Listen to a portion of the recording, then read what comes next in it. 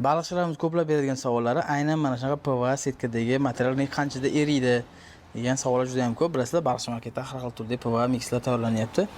Mana hozir sizlarga bitta suvni solib, tekshirib, qancha vaqtda erishini bitta ko'ramiz. Mana suv PVAni qo'ydik. Suvni qo'yamiz. Oddiy suv.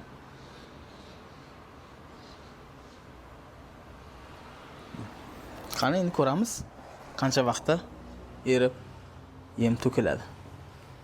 Yemni changlanishiga ham e'tibor berasizlar o'zini.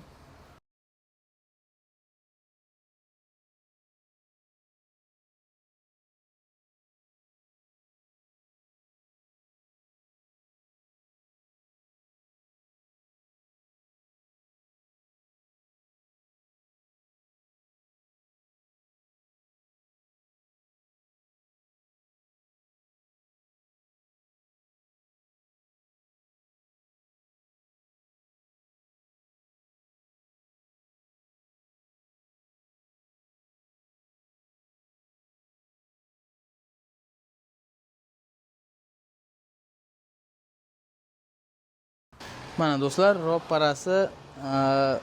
ro'parasi mana 3 minut, 4 minutda to'liq PVA erib, yem to'liq mana shu stakanda idishini qoplab oldi.